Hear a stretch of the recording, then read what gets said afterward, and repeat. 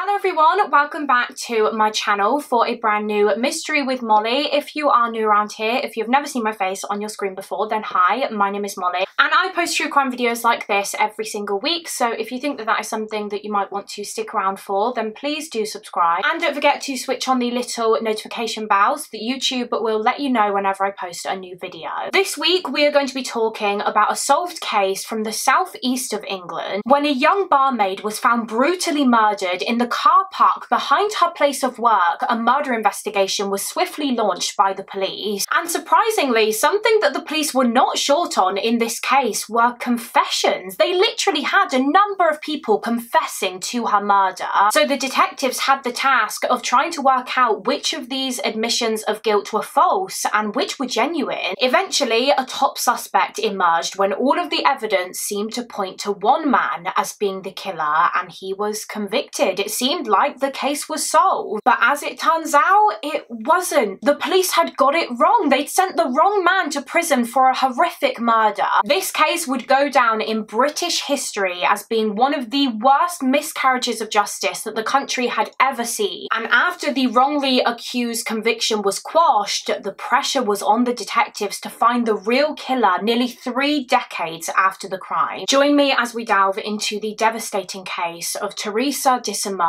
But just before we get into the case, please listen carefully to the following. This video contains heavy themes such as rape and sexual assault and mental health issues such as depression, schizophrenia, and the topic of self-harm and suicide is also mentioned. Viewer discretion is advised. So for this week's case, we are going back nearly 4.5 decades now to late 1979 in Southampton, which is a city located in the county of Hampshire in the southeast of England. And this is Teresa De Simone. She was a 22-year-old woman who lived in Southampton. Teresa was born on the 24th of June 1957 to her parents Mary Sodotti and Mario De Simone, and to be honest, there isn't really much information online that I could find about Teresa and her upbringing. I do know that her parents Mary and Mario separated when Teresa was still very young, and her mother eventually married another man. His name was Michael Sodotti. So Michael became Teresa's stepfather, and Teresa's parents were very religious. They were Catholics, so Teresa was raised in the Catholic Church, and by all accounts, Teresa was just a nice, normal girl. She was friendly. Apparently she could be a little bit shy and quiet at times, with her mother Mary describing her daughter as being someone who, quote, wouldn't hurt a fly. She was also described as being very kind-hearted and sensible, and by 22 years old, she was a working woman. She actually had 2 jobs at the time that this case occurred. She worked full-time as a clerk for a company called Southern Gas Board, so she would do that in the daytime, and then in the evening she also had a little part-time job working as a barmaid at a pub just to bring in some extra money. The pub that Teresa worked at was called the Tom Tackle Pub, and it was located on Commercial Road in Southampton, and apparently she would do like 2 shifts there every week. She was pretty new to the job actually. She'd only been working at the Tom Tackle for about a month or so, but like I said, she wanted a bit of extra money. She'd actually recently got herself a new car. It was a Ford Escort, so she needed to pay that off. But also she wanted this job in the pub because she hoped that it would help her make some new friends. As I mentioned, she was quite a shy young woman, so I think that she thought that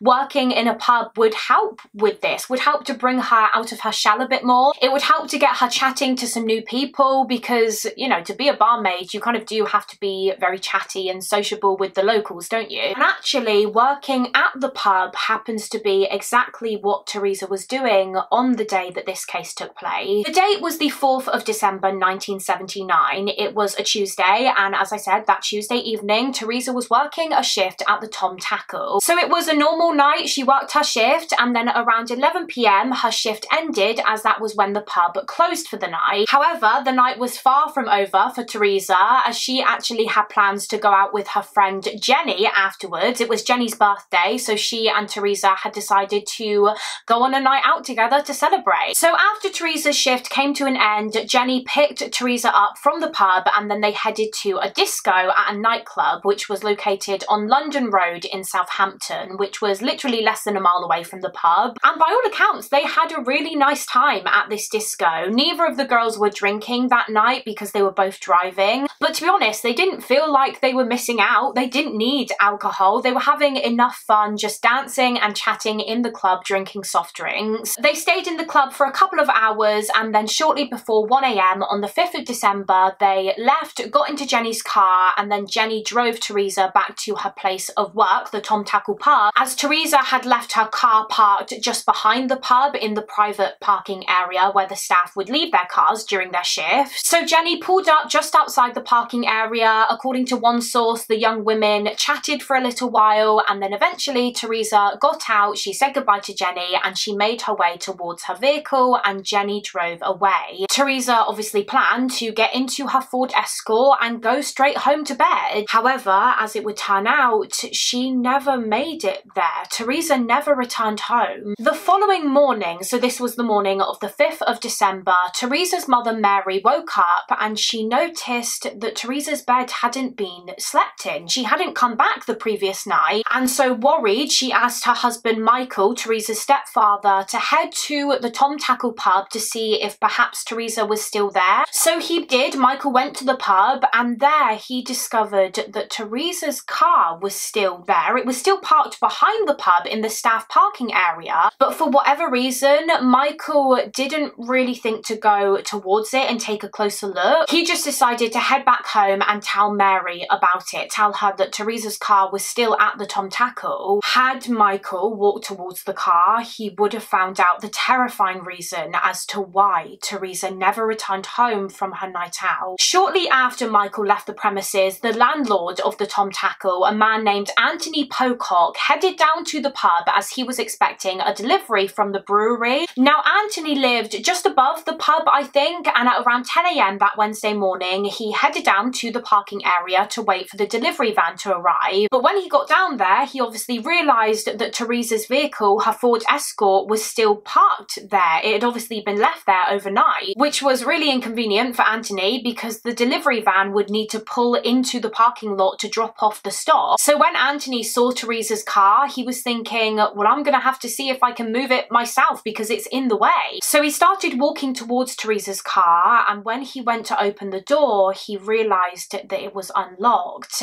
And when he took a look inside, he was confronted with a shocking scene. In that car, lying in the back seat, was the body of a young woman. It was, of course, the owner of the vehicle, 22-year-old Teresa De Simone, and she was dead. She had been brutally murdered inside of her own car. So, of course, extremely panicked, Anthony immediately ran inside and he called for help. He called the police, who soon arrived at the scene. As I said, Teresa was lying in the back seat. She was lying on her back with one of her legs kind of bent. She was partially clothed. She was naked from the waist down and her left breast was exposed. Her tights had been pulled down and her underwear had been taken off of her, and this underwear was found in the footwell of the passenger seat. So this obviously all indicated a sexual motive here, which was later confirmed. It was established during her autopsy that Teresa had tragically been the victim of a brutal rape. It was also noted that Teresa had abrasions to her neck, which actually looked almost like the imprint of a cross, a crucifix, and Teresa was known to wear this gold-chained crucifix necklace. In fact, she was wearing it on the night of her death. However, it was not found around her neck or in the car when police got to the scene, and according to one report, there were also other items of Teresa's which appeared to be missing. Apparently, some other items of jewellery that she was wearing that night were also missing. Her wristwatch was missing, and her car keys were gone too. So could this indicate another possible motive here? Robbery? As for Teresa's cause of death, as I mentioned, she did have abrasions to her neck, and it was ultimately concluded by the pathologist that she had been strangled. He actually described her death as being the result of a, quote, long, slow strangulation. Those were the words that he used, and it was established that she had been strangled with one of the seatbelts in the car. That's what the killer used as a ligature,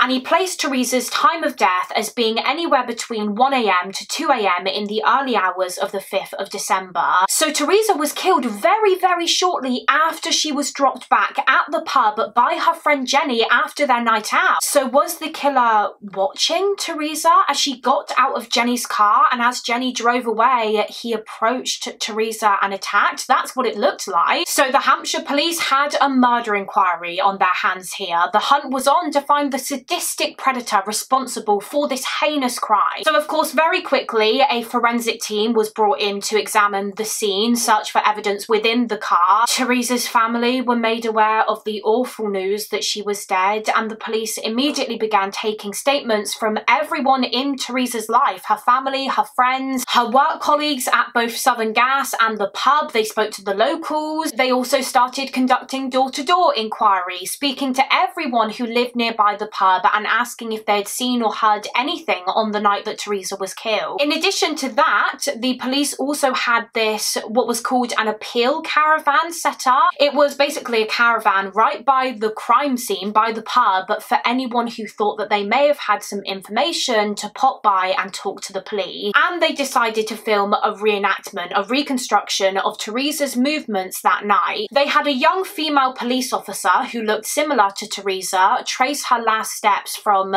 you know, the pub to the disco, from the disco back to the pub, and it was all filmed and photographed and released to the public. What the police, of course, hoped would come from this would be more tips and leads. And thankfully, Teresa's case did hit the headlines. The story of her shocking murder was all over the newspapers. Everyone was hearing about it, which was obviously a good thing, because the more media attention on a case, the more leads from the public, and hopefully the better chance the police have of solving it. However, as positive as a huge amount of news coverage in an investigation such as this is, there can also be some negatives, such as multiple false confessions. You see, amongst the many tips and leads the police were receiving from the public were also confessions. A number of men were coming forward and literally saying, "It was me, I did it, I am the man who killed Teresa De Simone." So of course, the police took every single one of these admissions seriously, and they looked into each of them in order to establish whether any of these men were actually telling the truth. However, one by one, they were ruling each of them out, mainly via checking what blood type they were. You see, that was something that the police were able to establish about the perpetrator, what their blood group was, because like I mentioned, Teresa had been raped by her attacker and traces of his semen were found and collected. Now, of course, back in 1979,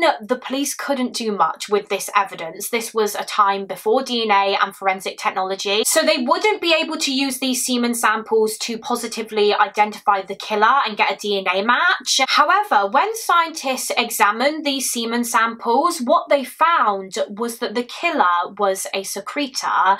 Now, a secretor is someone who secretes blood into their bodily fluids, such as in this case their semen. And when their blood from the semen was examined, they were able to conclude that the killer belonged to blood group A. He was a blood group A secretor, which was actually quite a rare blood group, apparently, according to a documentary that I watched about this case. So again, whilst forensic science at the time couldn't positively identify the perpetrator through a DNA match, what the police could do was take a blood sample from these men, from the men who had given confessions, find out their blood group, and if they were a group A secretor, just like the killer, then they could start to investigate them properly as a potential suspect. And like I said, blood group A secretor was a fairly rare one, so the majority of these men were being ruled out based on that, based on the fact that they didn't have the same blood group. One by one, each man, each suspect was being eliminated. According to one source, in that first year, the police looked at about 300 men as possibly being the killer, but they were never able to connect any of them to the crime. Why so many men decided to confess to a crime that they didn't commit is beyond me,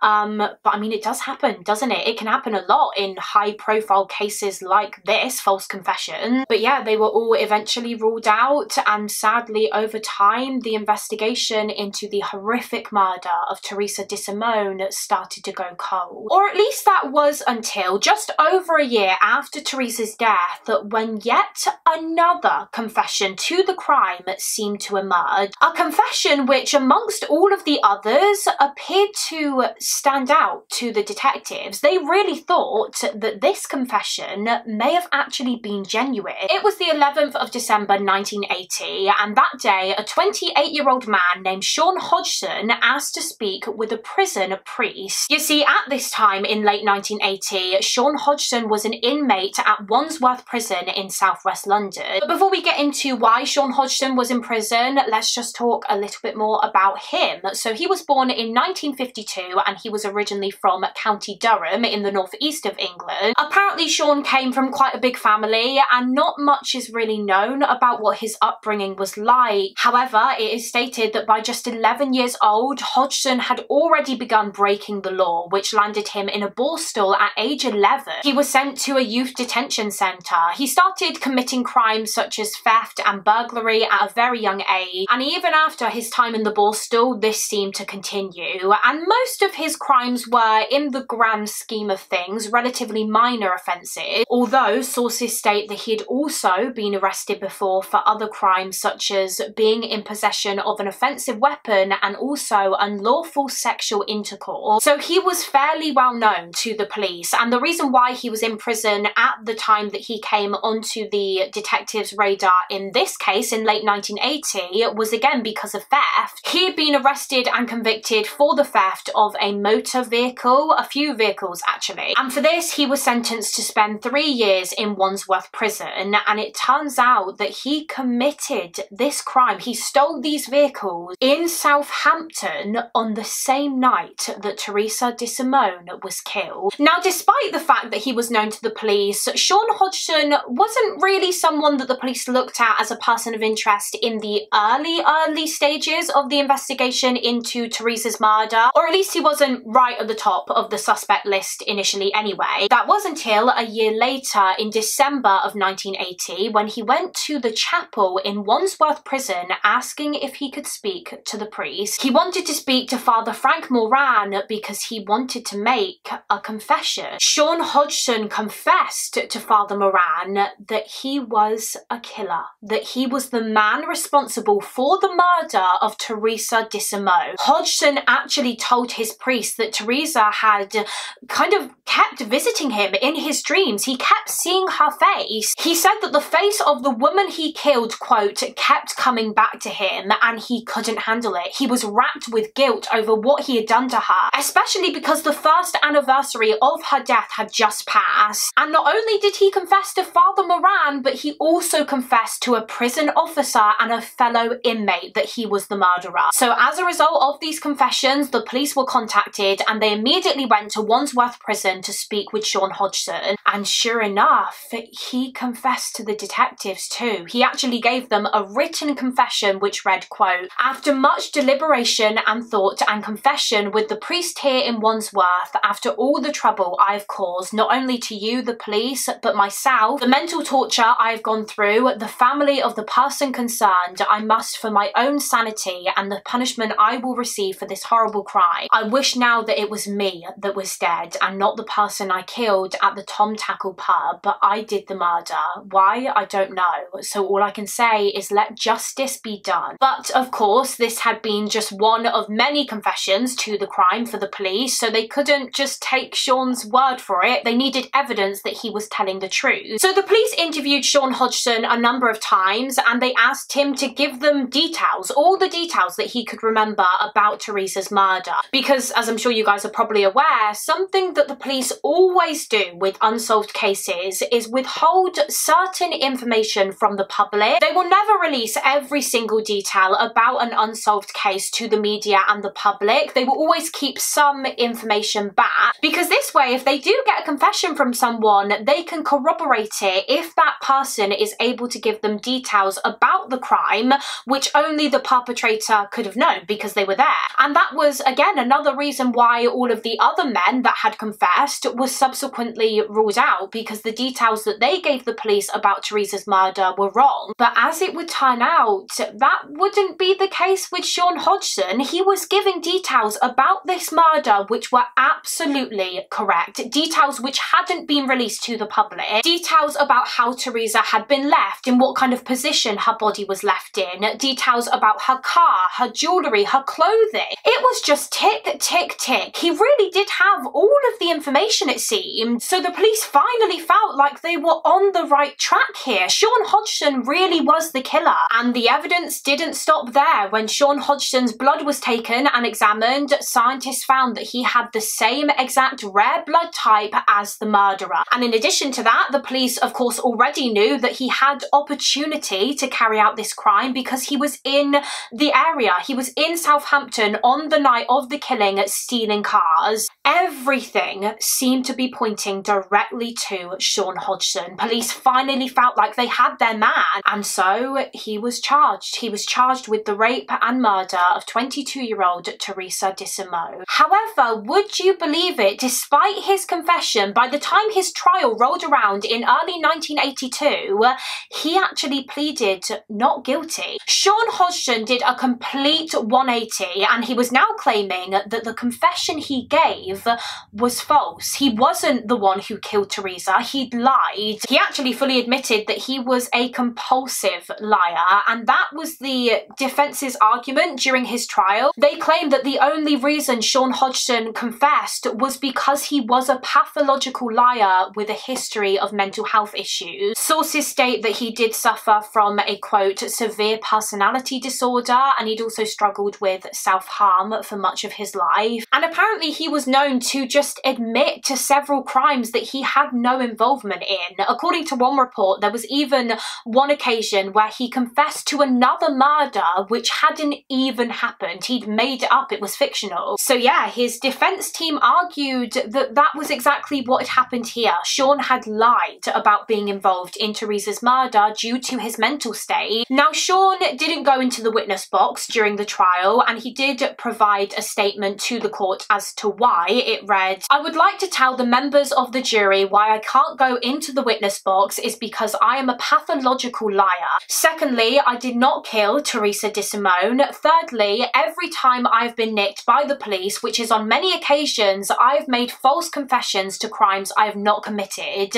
and this is the reason why I am not going into the box." However, the prosecution were not buying it. He could retract his confession all he wanted, but for them, the facts still remained that he was in the area on the night that Teresa was killed, already committing crimes, and he knew details about her murder which only the killer could have known. And clearly, this was enough to convince the jury of his guilt, because at the end of his trial, Sean Hodgson was convicted of the rape and murder of Teresa De Simone, and he was sentenced to life in prison. So case closed, right? Wrong. You see, after his conviction, Sean Hodgson continued to protest his innocence. Alongside his lawyers, he immediately appealed against his conviction. However, this appeal was rejected, and so were the many others that Sean Hodgson would make over the coming years. They were just always thrown out by the judge, and he was kept behind bars. Years and years passed by, decades even, and Sean Hodgson's mental health just continued to decline in prison. According to a book that I read about this case, he became incredibly depressed, and he was constantly on suicide watch, and at one point he was even sent to the infamous Broadmoor Psychiatric Hospital because he said that he was hearing voices, and I believe he was diagnosed with schizophrenia. He spent about 8 years in Broadmoor before being sent back to a normal prison,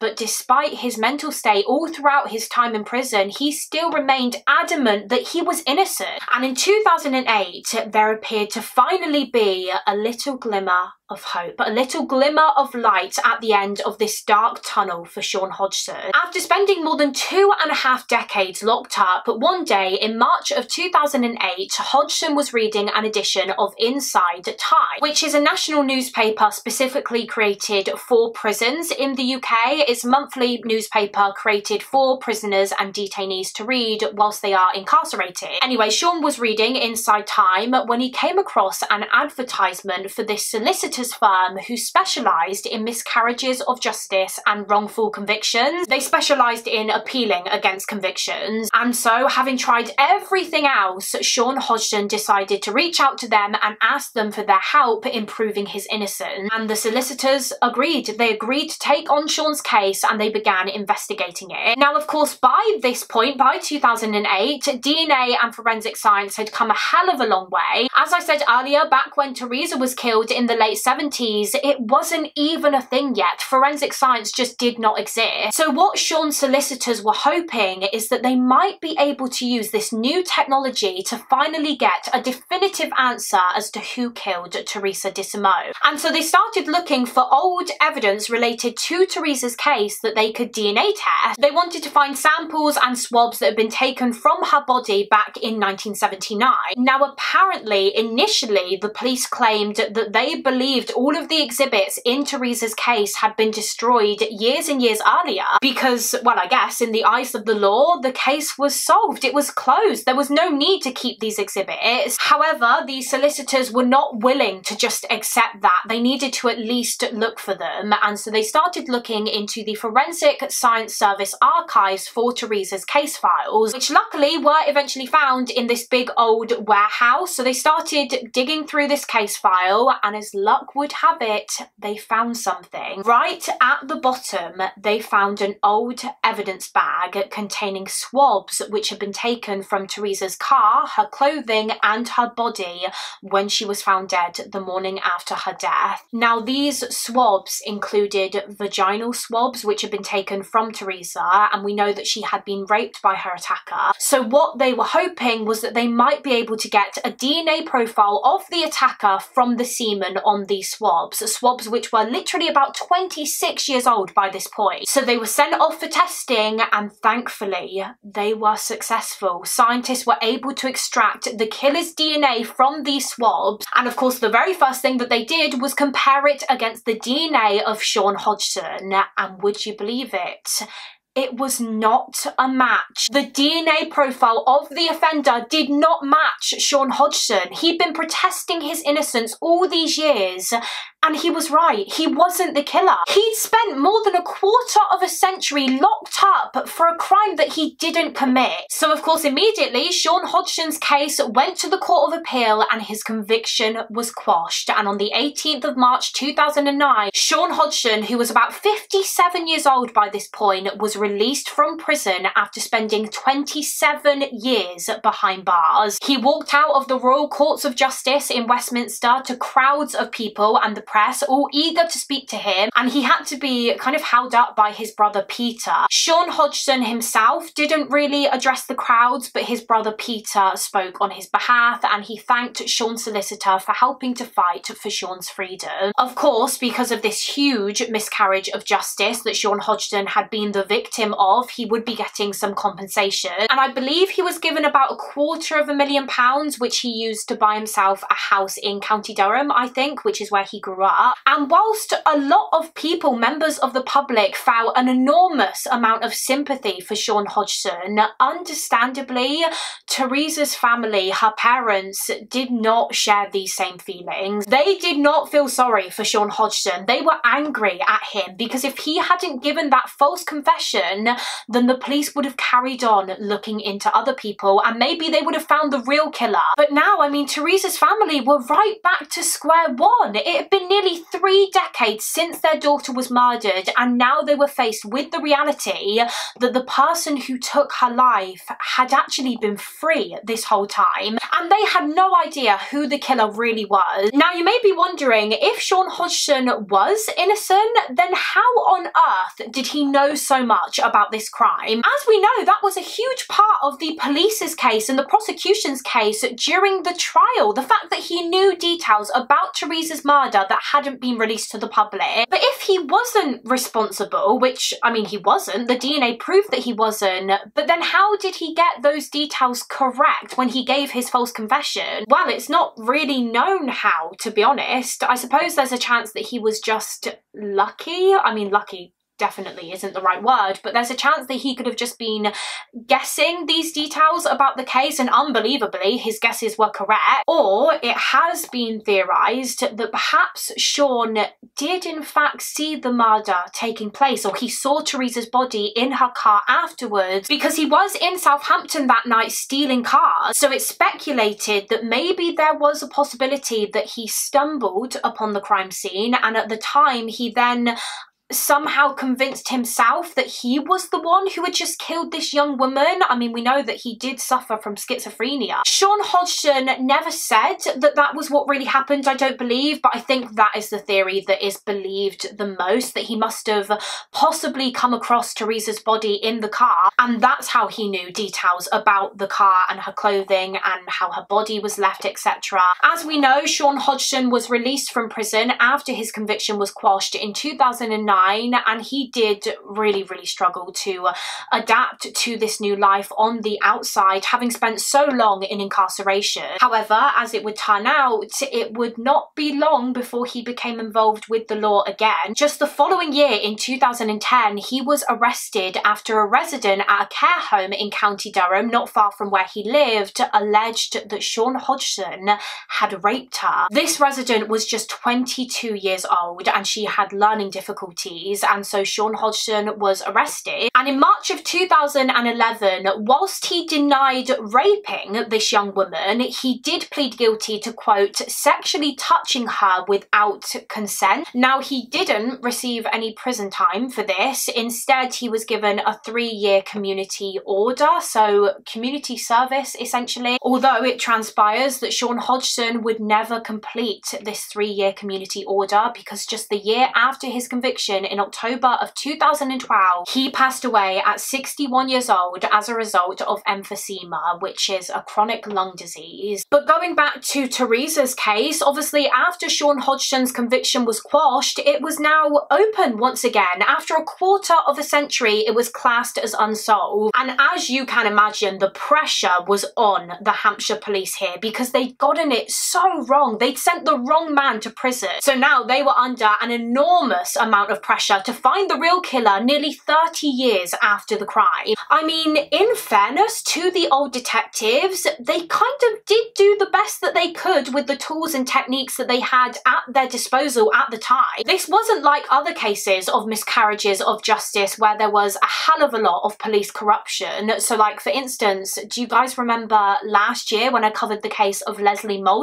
She was an 11-year-old girl who was murdered back in October of 1975 in West Yorkshire. She was killed by a paedophile named Ronald Castry. However, Ronald was not identified as being Leslie's killer until 2006, 31 years after the crime. The reason being because very quickly after Leslie's murder, the police had another man in the frame, Stefan Kiszko. The West Yorkshire police were under a lot of intense pressure from the public to solve Leslie's case because she was a child. So they wanted to wrap up this investigation as quickly as they could. And so despite having literally no solid evidence against Stefan, they decided to just pin this horrific crime on him, essentially, and they actually forced him. They forced this vulnerable man into making a false confession. Honestly, the amount of police misconduct in that case is just wild, and there is so much more to it than I've obviously gone into here. So definitely go and watch that video after this one if you're interested to learn more. But yeah, sorry, I went off on a bit of a tangent there, but what I was trying to get at is the fact that in this particular case, in Teresa's case, the police at the time really did do the best they could with what they had. They didn't just come across Sean Hodgson and decide to pin it on him thinking that they could get an easy, quick conviction and that would be case closed. They really did genuinely believe that he was the killer, as I think, to be fair, most people would with the evidence they had at the time. Obviously, they didn't have DNA and forensic technology at their disposal yet, but they did have Sean's confession. He had the same rare blood type, and they did have the fact that he knew so much information about the crime which hadn't been made public. So it does kind of make sense why Sean was charged and convicted. I mean, it's awful that he was. This is still a huge miscarriage of justice nevertheless, but it wasn't necessarily because of shitty police work like in the Leslie Mollie case. But I mean, regardless whether it was shitty police work or not, the fact still remained that Teresa's case was still unsolved, and like I said, the pressure was on the Hampshire police to correct their mistake and find the man who was really responsible for Teresa De Simone's death. So the case was officially reopened and it was given the name Operation Iceberg. The new detectives assigned to the case were going to be diving back into Teresa's old case files and basically going over everything again. All of the evidence, all of the statements, all the tips and leads, just just to see if perhaps there was something that previous detectives had missed. And in addition to all of that, of course, one of the very first things the police did was search the National DNA database for a match to the killer's DNA profile that they had recently obtained. However, unfortunately, there wasn't one. The killer's DNA was not on there. And so, as that was a dead end, the investigation team decided to turn to another DNA technique in search for the perpetrator: familial DNA testing. They knew that the killer himself wasn't on the National DNA database, but they wondered if perhaps they might be able to use familial DNA techniques to identify a potential relative of the killer, because obviously their DNA would be very similar. And so they did just that. They began searching the database for family members of the killer, and luckily they had a breakthrough. A partial match to the DNA flagged up, and it was the DNA of a woman.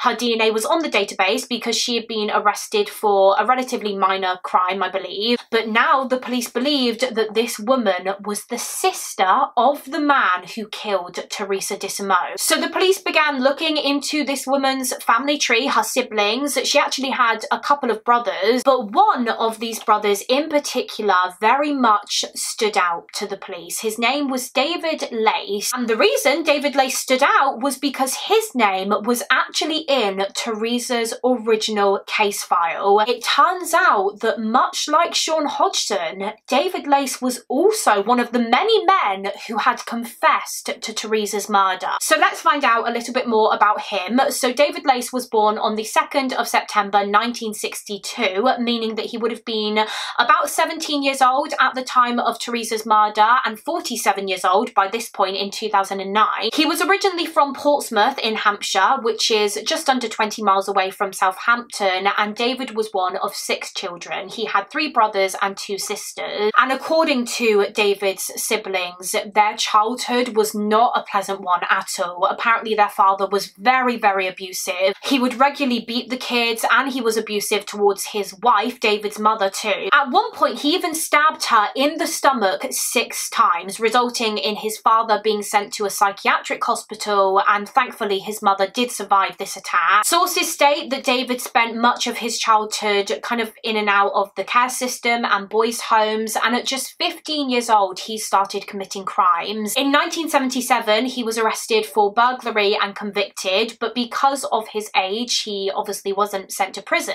Instead he was placed under a care order until the age of 18. So I think he was basically ordered to live in a hostel until 18. But despite this, he carried on committing crimes, mainly thefts and burglaries, and as he got older and obviously entered adulthood, he was properly punished for these offences. In the 1980s, he served a number of years in Dartmoor Prison in Devon. He was released from prison in July of 1987, and it was following this when he relocated to the town of Brixham in Devon, and he started working as a fisherman. So that's a little bit of background on David Lace and his criminal history, but of course what the detectives were really interested in was this so-called confession to Teresa's murder that David Lace had previously made. When did he make it? What did he say in his confession? And why was it, I guess, just brushed off by the police in the original investigation? It turns out that David Lace confessed to Teresa's murder in September of 1983, more than 3.5 years after she was killed. At the time, he was in police custody for another crime that he had committed, and yeah, he told the detectives that he was the killer. He was the one who took Teresa De Simone's life. He gave a statement to the police in which he claimed that on that fateful night, the night of the 4th of December 1979, he had been in Portsmouth, which is where he was living at the time. He was living in a care home, and on this particular day he stole from the care home. He stole someone's rucksack and also some cash, and he fled, and from here he made his way to Southampton. According to sources, he actually walked all the way to Southampton, which would have taken him hours. As I said, it's a good 20-mile walk. But anyway, he walked to Southampton. He arrived late that night and he found himself just loitering around the back of the Tom Tackle pub, the pub where Teresa worked, and he told the police that he was there when Teresa was dropped back to the pub by her friend Jenny after their night out. He said that he watched as Teresa got out of Jenny's car and walked to her vehicle parked behind the pub, and he decided to approach her. It's been speculated that perhaps initially he intended to just rob Teresa because he was a petty thief, but instead he did something obviously far more sinister. He told the police that he knocked on Teresa's car window as she was sitting in her driver's seat about to leave, and he asked her for the time. However, I think before Teresa even had a chance to respond, David forced his way into her car. He locked the doors to stop her from escaping, and he proceeded to rape her. And it was following this when he murdered her. He strangled Teresa to death using her own seatbelt. Once she was dead, he stole from her. He took her jewellery off of her body, and then he immediately fled and went back to Portsmouth. So that was his account of that night. However, there were a couple of reasons as to why the police didn't take this confession very seriously. Number one, David didn't actually get many of the details of the murder correct. So for example, he inaccurately described Teresa's car and also the position that her body was left in. Details about her clothing were inaccurate. There was just a lot that wasn't quite matching up, so there was that. But the main reason why they quickly dismissed his confession was because obviously by the time he gave it in 1983, someone was already behind bars for this crime. Sean Hodgson had been convicted and sentenced to life for Teresa's murder. The detectives thought that they had already caught the killer, so they didn't believe David Lace when he said that he was in fact the perpetrator. He was eliminated as a suspect, or at least that was until, of course, 2009, when David's sister flagged up as a partial match to the DNA of Teresa's killer, and the police realised that David was probably telling the truth all those years ago. He really was the murderer. But of course, the police needed more than just this partial match to prove it once and for all. They needed DNA from David himself. The reason why his DNA wouldn't have been on the national DNA database was because that wasn't established in Britain until around the mid-90s, I believe, so after David's stints in prison. So yeah, they needed to find David Lace and get a DNA sample from him in order to compare it against the DNA of the killer. Although, as it would turn out, this would be a lot more difficult than the police initially anticipated, because as they began trying to track David Lace down in 2009, they discovered that he was actually dead. David Lace had killed himself in December of 1988, around the 9-year anniversary of Teresa's death. Those that knew David said that it was very clear that he was struggling with depression in the lead up to his death. Apparently he'd been making an effort to give away a lot of his possessions, and it transpires that the police were not the only people he'd confessed Teresa's murder to. According to a documentary that I watched about this case, not long before David took his own life, he had confided in his sister that he had killed a young woman in Southampton and that he just couldn't live with himself anymore. He couldn't live with the guilt, and so he just decided to end it. I guess he'd tried to face punishment. He'd literally tried to hand himself in, but he was turned away by the police. They simply didn't believe him, so what more could he do, I suppose? So because he had committed suicide, the detectives who were working on Teresa's cold case review in 2009 were faced with a big problem. How were they going to get David's DNA? The police did try and look into whether any of David's family members had any old items of his that may have still had his DNA on. So for example, a hairbrush, some clothing, maybe a toothbrush, but unfortunately that was a dead end. They didn't find anything. And so their only other option was to exhume David Lace's body in an attempt to extract DNA from his skeletal remains, and so that's exactly what they did on the 12th of August 2009. They dug up his grave and his coffin was taken to the mortuary, where the pathologist extracted samples of David's DNA from bone marrow and his teeth, I believe, and when these samples were sent off for testing and comparison, of course it was a match. It matched the semen that had been found on the vaginal swabs taken from Teresa's body, confirming once and for all that David Lace was the murderer. Finally, after nearly 3 decades, Teresa's case was solved, but it's just heartbreaking that, you know, her killer never really faced any real punishment for her death, and that Sean Hodgson served so long in prison for a crime that he didn't commit. But that concludes this case. It feels like a very abrupt ending to this video, but I guess there's not much more to it. David Lace obviously didn't face any court proceedings because he was deceased, and so all the police could really do was inform the family and the public that they'd finally identified the real perpetrator. But yeah, that is it for this case. That is the tragic story of Teresa De Simone, and as I said at the start, one of the worst miscarriages of justice in the history of Britain. As always, please do let me know your thoughts and opinions on the case down below in the comments. I would love to hear what you guys think, and also feel free to let me know of any other cases that you would like to see me cover on this channel. Again, you can pop them in the comments below, or alternatively you can go through my case request form, which is linked in the description box. Thank you all so much for watching. Please do give this video a thumbs up and subscribe if you haven't already, and I will see you again next week for another mystery with Mollie. Bye!